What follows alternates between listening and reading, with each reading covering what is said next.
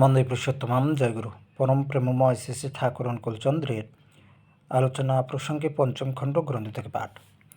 1লা বৈশাখ শুক্রবার 1351 ইংরেজি 14/4/1944 নববর্ষ উপলক্ষে শ্রী শ্রী ঠাকুর আশীষ বাণী দিলেন। প্রাতে নিবৃত্ত নিবাসে কাজকর্ম সম্পর্কে অনেক কথা হলো। শ্রী শ্রী ঠাকুর কেষ্টদার কাছে গল্পচ্ছলে বললেন, এবার কর্মীদের রকম দেখে মনে হয় তারা বেশ চাঙ্গা হয়েছে। কেষ্টদা ভট্টাচার্য। এবার বৈঠকে আলোচনা বারবার হওয়াতে ভালো কাজ হয়েছে। তাছাড়া আপনার কাছে এসেও কর্মীরা দলে দলে বসেছে, তাতে খুব ইন্সপায়ার্ড প্রেরণাদীপ্ত হয়ে গেছে। শেষ ঠাকুর, নতুন হোল টাইম ওয়ার্কার পূর্ণকালীন কর্মী কজন হলো? কেষ্টদা, 8-10 জন। শেষে ঠাকুর, আরও অন্তত 50 জন হোল টাইম ওয়ার্কার পূর্ণকালীন কর্মী ইমিডিয়েটলি 70 সংগ্রহ করা লাগে। অবশ্য এটা খুব কঠিন কথা না। কতকগুলি কর্মীর মাথা বেশ কয়েক ইঞ্চি লম্বা হয়ে গেছে।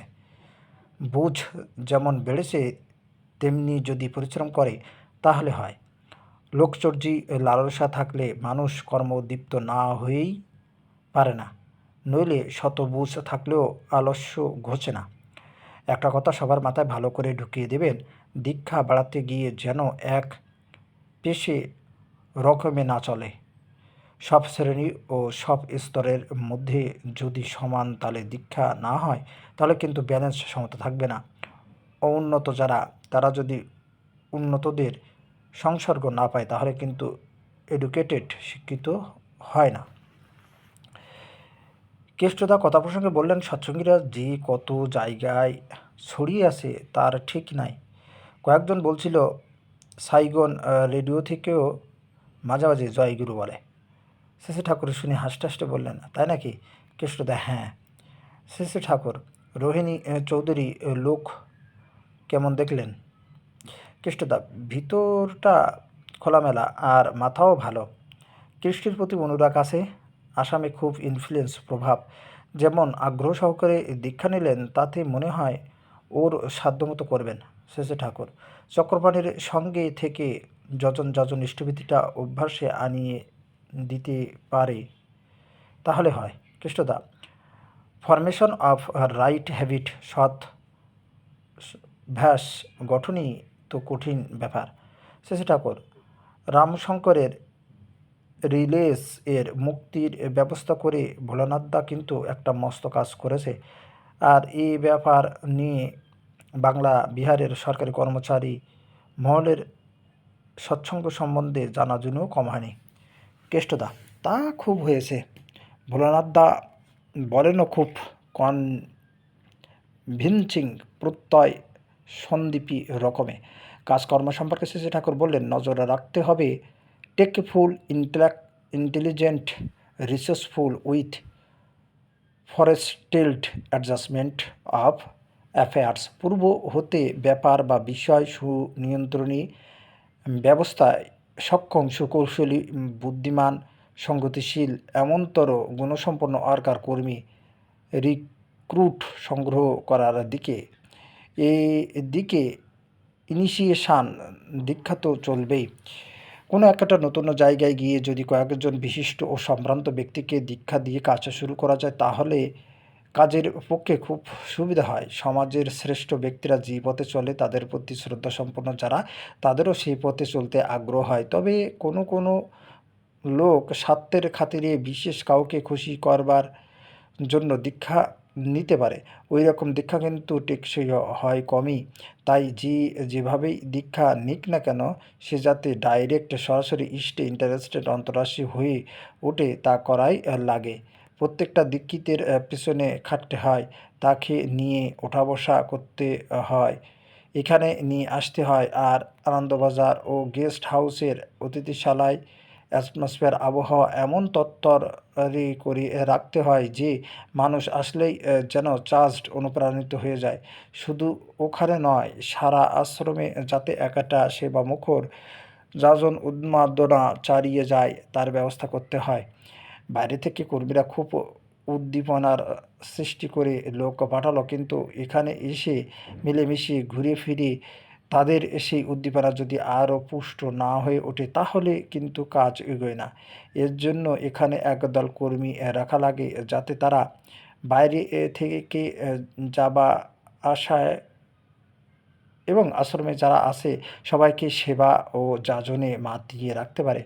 ঘরে যদি ঠিক না করেন তাহলে বাইরে যত কাজই করেন না কেন তা কিন্তু দানা বেঁধে উঠবে না। তবে বাইরে যদি ভালো কাজ হতে থাকে তাতেও কিন্তু এখানে একটা নতুন সাড়া জাগে। কেষ্টদা যারা ব্যক্তিগত সুখ সুবিধা ও স্বার্থকেই বড় করে দেখে তাদের মধ্যে সাড়া জাগানো কঠিন ব্যাপার। শ্রীজি ঠাকুর আন্দোলন যদি বেড়ে যায় তাহলে প্রত্যেকেই লাভবান হবে। তাই সাড়া আপনা থেকেই জাগবে। ওয়ার্কার কর্মী হলেই হয়, বাইরে থেকে যাদের এখানে পাঞ্জা নেবার জন্য পাঠাবে তাদের খুব দেখে শুনে সিলেক্ট নির্বাচন করা প্রয়োজন। রাইট টাইপে ঠিক ধরনের ওয়ার্কার কর্মী না হলে কিন্তু মুভমেন্ট আন্দোলন এর প্রোগ্রেস অগ্রগতি অ্যাফেক্টেড ব্যাহত হয়ে যাবে। তাছাড়া ডেভিয়েশন ব্যতিক্রমও আসতে পারে। দেখে শুনে অনেক গুলি সহ ও প্রতি ঋত্বিকের পাঞ্জা দেওয়া লাগবে। তাদের মধ্যে হোল টাইম পূর্ণকালীন যত হয় ততই ভালো। তাদের আবার বিভিন্ন জেলায় পাঠানো লাগবে। নতুন ওয়ার্কার কর্মী এদের এমন ওয়ার্কার এর কর্মীর সঙ্গে জুতিয়ে দিতে হবে যাতে ফিল্ড ওয়ার্ক বাইরের কাজ এর ভিতর দিয়ে তারা প্রপারলি এডুকেটেড ও ট্রেন্ড আপ যথাযথভাবে শিক্ষিত ও সুগঠিত হয়ে উঠতে পারে। আর যাদের দীক্ষা দেওয়া হবে তাদের মধ্যে মোড়ল ধরনের যারা তাদের ইনফ্লুয়েন্স প্রভাব যেখানে যেখানে আসে সেখানে সেখানে দীক্ষা চালাতে হবে। শুধু মোড়ল বলে নয়, প্রত্যেকটি মানুষকে কাজে লাগাতে হবে। যা হাতে আসে তার উপর দাঁড়িয়ে আরতে যেয়ে পৌঁছাতে হবে। অতন্দ্র ধ্যান ও নির্বিচ্ছিন্ন কর্ম চাই। চিন্তার রাজ্যে বিক্ষেপের প্রশ্রয় দিলে কাজের ক্ষতি হবে। ভালো করে লাগতে পারলে এক এক দলের গড়পত্তা দৈনিকে 2-3 দীক্ষা হওয়া সম্ভব নয়। এক জায়গায় গ্যাঠা হয়ে বসে থাকলে হিউজ ইনিশিয়েশান প্রভূত দীক্ষা হবে না। ঘুরতে হবে বিশেষত চর্যা বুদ্ধি নিয়ে। দুষ্ট লোক যারা আছে তাদের সঙ্গে মিলে মিশিয়ে স্ফূর্তি দিয়ে তাদেরও কাজের সহায়ক করে নিতে হবে। মিনমিনে ধরনের অনেক ভালো লোক যা না পারে ডান পিটিয়ে ধুরন্ধর লোক অনেক সময় তাদের থেকে ঢের বেশি কাজ করতে পারে। সান্য দৃষ্টি রাখা লাগবে কাকে দিয়ে কখন কেমন করে গরম পরম পিতার কাজ কতখানি হাসিল করা যায়। উইথ ফ্যাক্ট অ্যান্ড ফিগার্স তথ্য ও সংখ্যাসহ ম্যাথমেটিক্যালি গাণিতিক রকমে এক্সাইটলি যথাযথভাবে ভাবা লাগবে। কোন অ্যাসপেক্ট দিক কোন ফ্যাক্টর উপাদান বাদ যাবে না। প্রোস অ্যান্ড কনস ফেভারেবল আনফেভারেবল অনুকূল ও প্রতিকূল যা কিছু পুঙ্খানুপুঙ্খভাবে সব দিক চিন্তা করে চলতে হবে। অভাবনীয় কোনো পরিস্থিতির সম্মুখে পড়ে ঘাবড়ালে চলবে না। তখন আবার বাস্তবতার পরিপ্রেক্ষিতে ফন্দি আঁটতে হবে কীভাবে কী করা লাগবে। এভাবে দীক্ষাকে ভিত্তি করেই জমি ইত্যাদি যা সব করতে হবে। ইষ্টার্থী উদ্দেশ্যে সাধনের ব্যাপারে নিজেদের মনকে মাতাল করে তুলতে হবে, নাচিয়ে তুলতে হবে। নিজেদের সব সময় নাচিয়ে রাখতে তো হবেই, অন্যদেরকেও সব সময় নাচিয়ে রাখতে হবে। নিত্য নতুন উৎসাহ উদ্দীপনা ও রকমারির ভিতর দিয়ে প্রত্যেকের টেন্ডেন্সি প্রবণতা দেখে ও বুঝে উৎসবের অর্ঘ সম্বন্ধে বললেন, টাকা আসবে মুড়ি মুড়কির মতো আসবে, ভাবতে হবে না যদি আপনারা ইনিশিয়েশন দীক্ষা ঠিক করে যেতে পারেন। কেষ্টদা বললেন, এবার নববর্ষের আশীর্বাণীর সঙ্গে 10,000 লোক মহাপ্রসাদ পাঠানো হবে। এগুলি পেলে সৎসঙ্গীরা খুবই খুশি হবে। শ্রী ঠাকুর এই ব্যবস্থা খুব ভালো। এরপর যদি সুবিধা হয় আগ্রার কুমড়ো মিঠাই জোগাড় করে পাঠাবেন। সুশীল দাদাকে পাঠিয়ে আগ্রার কারিগর আনিয়ে করিয়ে নিতে হবে এবং কঠোর বক্সে সুন্দর করে কাঠের বক্সে সুন্দর করে পাঠাতে হবে। কেষ্টতা বিশিষ্ট লোকদের মধ্যে যাজন করতে গেলে কর্মীদের চালচলন, পোশাক পরিচ্ছদ, আদব কায়দা, কথাবার্তা খুব ডিগনিফাইড, মর্যাদা সম্পন্ন হওয়া দরকার। কোনো রকমের ইনফেরিয়রিটি, হীনমন্যতা, টিমিডিটি, ভীরুতা বা পাউফিরিজম, দারিদ্র ব্যাধি থাকলে পাত্তাই পাবে না। শেষে ঠাকুর কর্মীরা যেখানে যাবে লাইক অ্যাঞ্জেলস, দেবদূতের মতো, যাতে মানুষ সম্ভ্রম না করেই পারে না। কনভিকশন, প্রত্যয়ের জেল্লা, মানুষের চেহারার মধ্যে এক নতুন দ্যুতি ফুটে ওঠে, মনের রুচিও বদলে যায়। আচার ব্যবহার, পোশাক পরিচ্ছদ, সব কিছুর ভিতরে একটা দৈন্যমুক্ত সহজ সৌন্দর্যের ছাপ ফুটে ওঠে। ব্যক্তিত্বের আকর্ষণীয় শক্তি বেড়ে যায়। এরপর শ্রী ঠাকুর ওখান থেকে বেরিয়ে মাতৃমন্দিরের পিছনে আশ্রম প্রাঙ্গণে গাছের ছায় এসে বসলেন। বসার পর অনেকেই এসে অর্ঘ্যাদিসহ প্রণাম করতে লাগলেন। রত্নেশ্বর দা একখানি ময়লা কাপড় পরে এসেছেন, তাই দেখে শ্রী ঠাকুর বললেন, আপনারা ঋত্বিক মানুষ, আপনাদের কিন্তু পরিষ্কার পরিচ্ছন্ন থাকা লাগে। পরিষ্কার পরিচ্ছন্নতা সদাচারেরই অঙ্গ। খাওয়া দাওয়া খুব বাজে বিচার করলে, অথচ পরিষ্কার পরিচ্ছন্ন থাকলেন না, তাতে কিন্তু সদাচার পালন করাই হলো না। আবার বাহ্যিক সদাচার পালন করলেন, মানসিক সদাচার পালন করলেন না, তাতেও কিন্তু সদাচার বজায় থাকে না। কালী দাস দা মজুমদার মানসিক সদাচার কি? শ্রী ঠাকুর, সদাচার মানেই হলো বাঁচা বাড়ার আচরণ। মনে মনে এমন চিন্তা করা লাগবে, এমন ভাব পোষণ করা লাগবে যাতে বাঁচা বাড়ার সহায় হয়। কুচিন্তা বা অপবিত্র চিন্তা বা সংকীর্ণ স্বার্থপরতা যা মনকে দুর্বল করে তোলে, তাও মানসিক সদাচারের বিরোধী। আবার অন্যের প্রতি দ্রোহবুদ্ধি, অন্যের অমঙ্গল কামনা, অন্যের ক্ষতি করার চেষ্টা, পারস্পরিক প্রীতি ও ঐক্যের পরিবর্তে বিরোধ ও বিচ্ছেদের কল্পনা,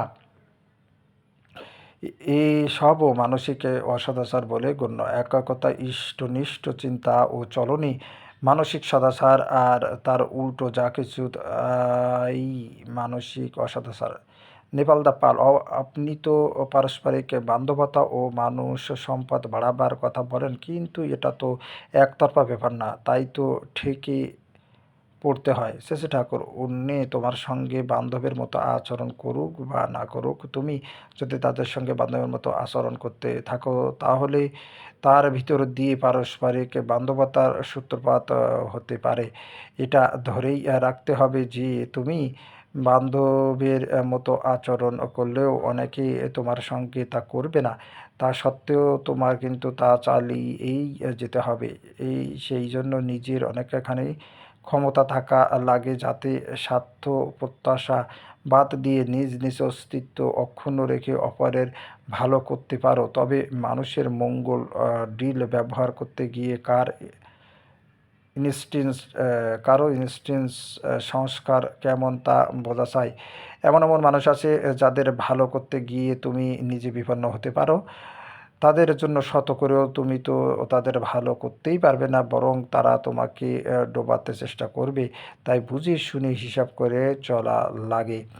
কিন্তু বাক্যলাপ ও ব্যবহার প্রত্যেকের সঙ্গে এমন করে করা ভালো, যাতে সে সুখী হয় এবং তার ভিতর ভালো যা আছে তা সন্দীপ্ত হয়ে ওঠে। সেই জন্য পারস্পরিক বান্ধবতা ও মানুষ্য সম্পদ বাড়াতে গেলে তার ভিত্তি হওয়া চাই ইষ্টস্বার্থ প্রতিষ্ঠা।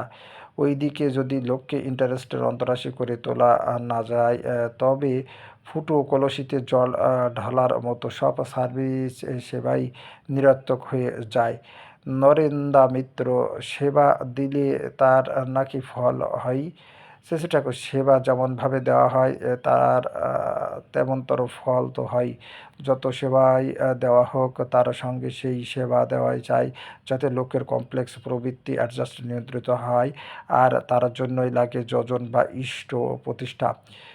শ্রী ভূষণদা মিত্র। অনেকের ধারণা কারো কোনো ক্ষতি না করলেই হলো, তাই নিজে নাম ধ্যান ও ইষ্টভীতি করে সৎপথে চলে, কিন্তু যাজন তেমন করে না এবং তা যে অবশ্য করণীয় তাও ভালো করে বোঝে না। শেষে ঠাকুর আমাদের করণীয় করায় যে দিক দিয়ে ত্রুটি থাকে সেই দিক দিয়েই কিন্তু দুঃখ এসে ঘিরিয়ে ধরে। শরীরের ধর্ম যদি পালন না করি তাহলে শরীর ভালো থাকে না, রোগ ব্যাধি এসে আক্রমণ করে, পরে জীবন দুর্বহ হয়ে ওঠে। জ্ঞান জ্ঞা- জ্ঞানানুশীলন যদি না করি তাহলে মূর্খ হয়ে থাকি, অলস হয়ে যদি থাকি তাহলে কোনো দিকেই উন্নতি হয় না। এরকম প্রত্যেকটা ত্রুটির জন্য প্রায়শ্চিত্ত করতে হয়। যাজন না করলে তার জন্য তেমনি প্রায়শ্চিত্ত করতে হয়। অর্থাৎ পরিবেশকে যদি সৎভাবে ভাবিত করে না তুলি, তাদের যদি যথেচ্ছ চলনায় চলতে দিই তাহলে কিন্তু তার জন্য যে দুর্ভোগার তা থেকে রেহাই পায় না। পরিবেশকে বাদ দিয়ে যদি জীবন চলতো তাহলে হয়তো যাজন না করে পারা যেত, কিন্তু পরিবেশের ভালো মন্দের সঙ্গে যতদিন আমরা জড়িত ততদিন যাজন বাদ দিয়ে পাওয়ার উপায় নেই। তাই যাজন যে মানুষের ব্যক্তিগত স্বার্থের পক্ষে অপরিহার্য সেইটাই ভালো করে যাজন করে বুঝিয়ে দিতে হয়। আবার যাজন কেমন করতে হয়, যেমন করতে হয় মঙ্গল বুদ্ধি নিয়ে, অসৎ নিরোধও তেমন করতে হয়। যাজন ও অসৎ নিরোধ সমান তালে চালাতে হয়, তাহলে স্বপরিবেশ অনেকখানি ঠিক থাকা যায়। এগুলি হলো পরম পিতার ঈপ্সিত কর্ম। না করলে অপরাধ হয়। লক্ষ লক্ষ কণ্ঠে এ সম্বন্ধে অনবরত যাজন হওয়া প্রয়োজন, তবে যদি মানুষের মাথায় ঢোকে। ময়মনসিংহ জেলা থেকে একটি দাদা এসেছেন, তিনি কথা প্রসঙ্গে বললেন তার জমিতে অনেক পাট হয়, কিন্তু সব সময় পাটের উপযুক্ত দাম পান না। ব্যবসায়ীরা কিনে নিয়ে তা থেকে যথেষ্ট লাভও করে। শেষে ঠাকুর যে এলাকায় পাট প্রচুর পরিমাণে হয় সেখানে যদি লিমিটেড কোম্পানি করে ছোটোখাটো পাটের কল করা যায়, তাহলে তা থেকে প্রচুর পয়সা আয় হতে পারে। খুব বড় জুট মিল পাট কল করা অনেক টাকার ব্যাপার, ছোটোখাটো কল করা খুব শক্ত কথা নয়। আমার এ সম্বন্ধে ভালো করে জানা নেই, তবে এটুকু বুঝি যা বৃহদাকারে হতে পারে তা ছোট আকারে করা যাবে না কেন। তেমন যন্ত্রপাতি খোঁজ খবর করলে হয়তো পাওয়া যেতে পারে। আর তা যদি করা সম্ভব নাও হয়, নিজেরা অর্গানাইজড সংঘবদ্ধ হয়ে বিদেশে সরাসরি পাট রপ্তানি করা অসম্ভব ব্যাপার নয়। তা যদি করা যায় তাতেও আয় অনেক বেশি হয়। ছেলেপেলেরা শিক্ষিত হয়ে পরের চাকরির দিকে নজর না দিয়ে যদি স্বাধীন ব্যবসার দিকে নজর দেয় তাতে কিন্তু খুব উন্নতির সম্ভাবনা থাকে। বিদেশের পয়সা যাতে আমাদের ঘরে আসে তার ব্যবস্থা করতে হয়। আমাদেরও এমন উপস্থিতি চাই যাতে তাদের অসময়ে আমরা সাহায্য করতে পারি। বড় জিনিসের কল্পনা করতেও আমরা ভুলে যাচ্ছি, এ কিন্তু ভালো নয়। এই অবস্থার পরিবর্তন করতে হবে, তা না হলে দেশের দুঃখ ঘুচবে না, নিজের দুঃখ ঘুচবে না। ভারতদা পাট্টাদার ইতিহাস পড়লে জানা যায় যে একদিন আমরা সব দিক দিয়ে কত বড় ছিলাম। একদিন এদেশে ঢাকায় মুসলিম বিদেশে চালান হতো। আমাদের কর্মকারদের যে দক্ষতা ছিল তার তুলনা হয় না। শিল্পকলা, স্থাপত্য, ভাস্কর্য ও চিত্রবিদ্যার যেসব নমুনা জাদুঘরে দেখা যায়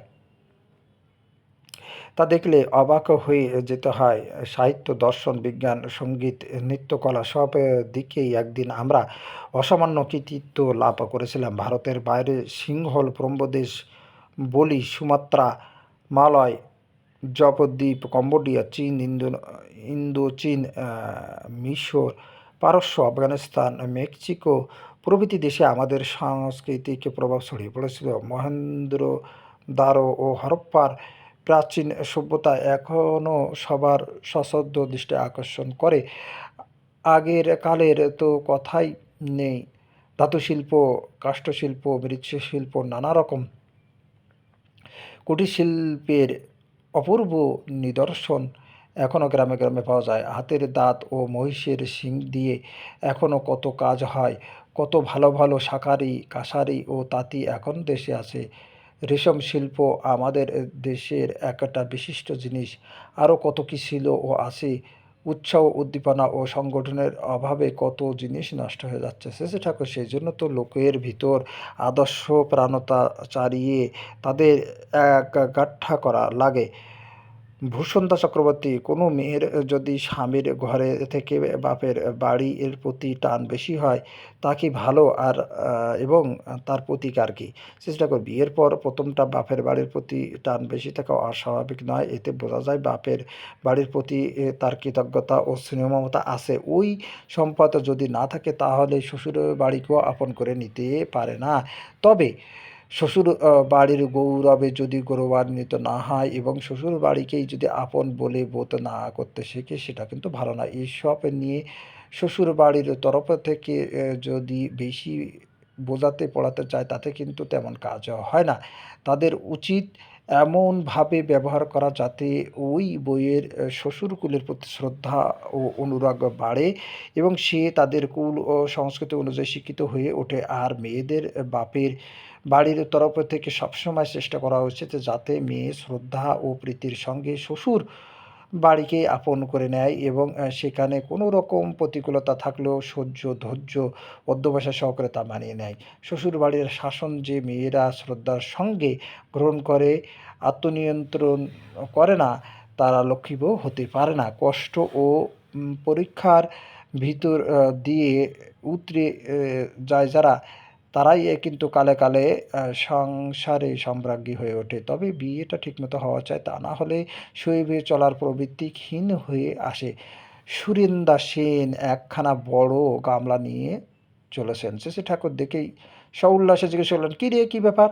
সুরেন্দা, আজ শরৎদার বাড়িতে সব কর্মীদের নিমন্ত্রণ, তাই আনন্দবাজার থেকে এই গামলা নিয়ে যাচ্ছে। শেষে ঠাকুর সহসে, তাই নাকি? কত লোকের আয়োজন? সুরেন্দা, 150-র বেশি ছাড়া কম না। শেষে ঠাকুর হাসতে হাসতে, ওরে বাবা, কাণ্ড তো বাদাইছিস একখান। অবিনাশ দা ভট্টাচার্য একজনের একটা কোষ্ঠীর ছক এনে দেখাচ্ছেন। শেষে ঠাকুর দেখে শুনে বললেন, ভালোই, তবে মনে হয় পরাক্রম কম। কয়েকজন আজ সভাপতি ঋত্বিকের পাঞ্জা নেবেন। আনুষ্ঠানিক ক্রিয়া অন্তে কেষ্টদা তাদের সঙ্গে করে নিয়ে এসেছেন। কেষ্টদা একজনের পাঞ্জা শেষে ঠাকুরের হাতে একজনের পাঞ্জা তুলে দিচ্ছেন এবং একজনকে ইঙ্গিত করতেই তিনি এসে প্রণাম করে শেষে ঠাকুরের হাত থেকে পাঞ্জা গ্রহণ করে প্রণাম করছেন। সকলেই উন্মুখ হয়ে আসেন। শেষে ঠাকুর এই শুভ মুহূর্তে কি বলেন? তিনি গভীরভাবে বললেন, ঋত্বিকতার মতো এত বড় মহৎ কাজ আর নেই। এ হলো ঋষির কাজ, দেবতার কাজ, ব্রাহ্মণের কাজ। ঋত্বিকই জাতির আশা, ভরসা, প্রাণ। তোমরা এই পাঞ্জার মর্যাদা রক্ষা করে চলো।